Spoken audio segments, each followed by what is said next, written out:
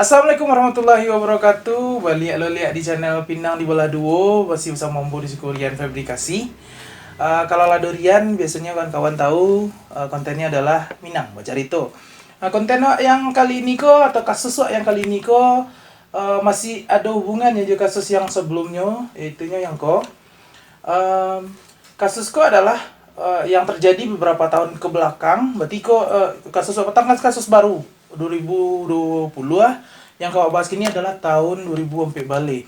Yaitunya kasus percobaan pembunuhan dua orang sahabat terhadap sahabat lainnya yang terjadi di Amerika. Tapi sebelum masuk ke videonya, alangkah baiknya kawan-kawan like, share, dan subscribe dulu channelku.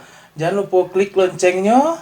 Dan kalau misalkan ada yang ingin kami bahas, silahkan DM di Pinang di Bola Duo ataupun langsung di komentar. Sebelum bercerita, seman biasa, baca dulu intronya.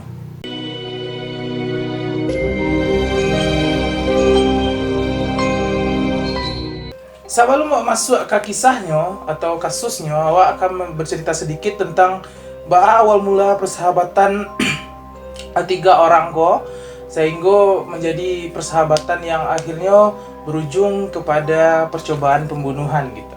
Pada berawal di tahun 2002 balik, Peyton si korban melihat si Morgan, salah satu dari tersangka itu sedang makan di kafeteria dekat sekolahnya. Jadi pada saat itu mereka masih berumur 12 tahun. Dan saat Peyton melihat si Morgan sedang makan, jiwa sosial Peyton keluar gitu. Akhirnya nyedekatilah si Morgan sedang makan, dan itu adalah awal persahabatan antara Peyton sama si Morgan gitu. Sejak mereka kenal di kafeteria tuh mulailah persahabatan mereka terjalin, apalagi mereka punya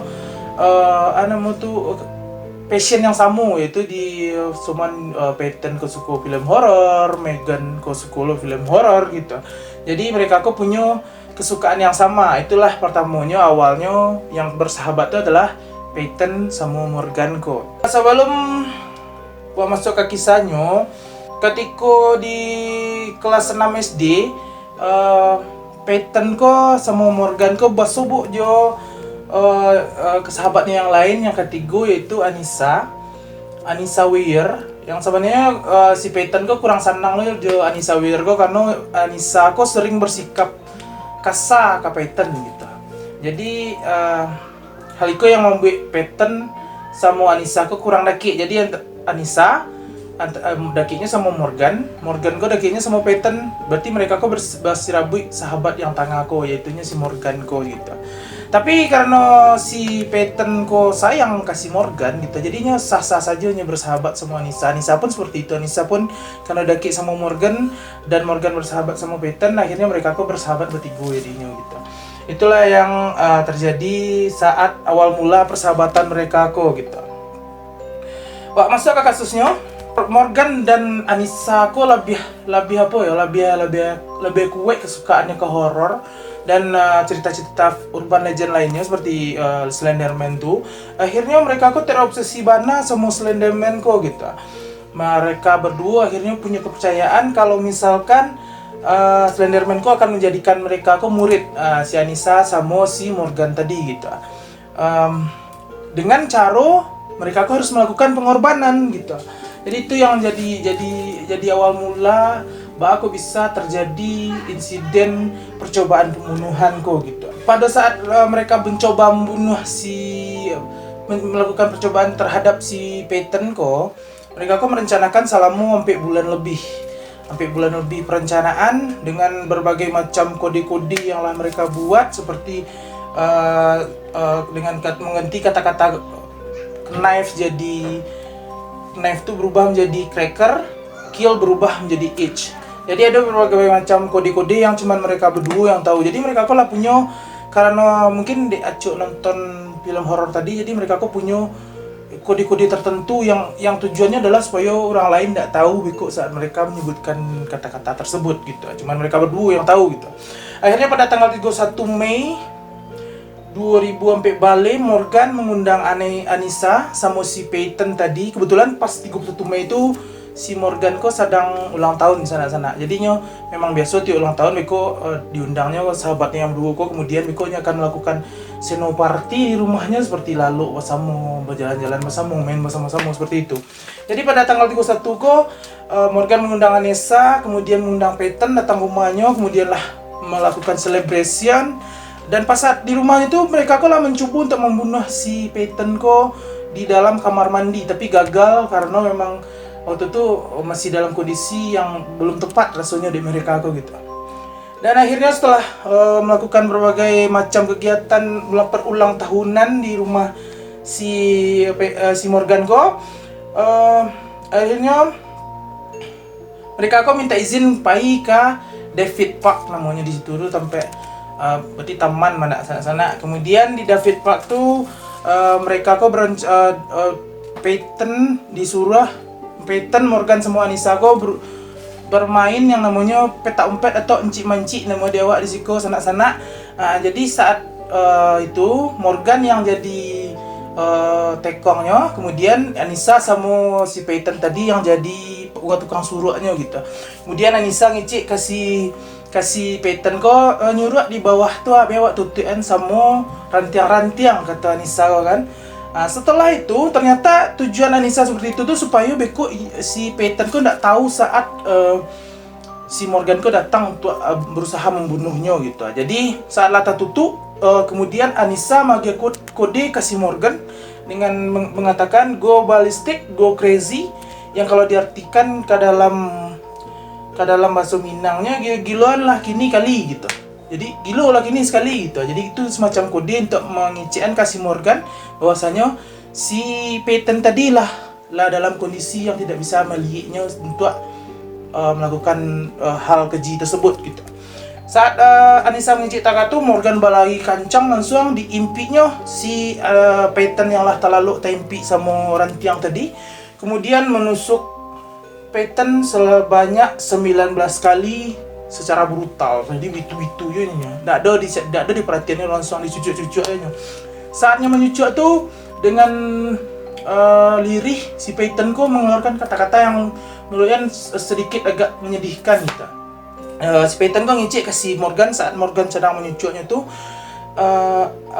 I hate you, I trust you. Yang artinya kalau misalkan artikan dalam bahasa Minang tuh dia benci kau, pada dan picayo ke kau, seperti itu, begitulah kira-kira. Nah, sudah tuh rencana mereka yang lainnya adalah rencana Megan dan Anissa adalah baik ke Nicolet National Forest yang mereka percaya adalah tempat tinggal dari Slenderman tadi atau idola mereka tadi itu gitu.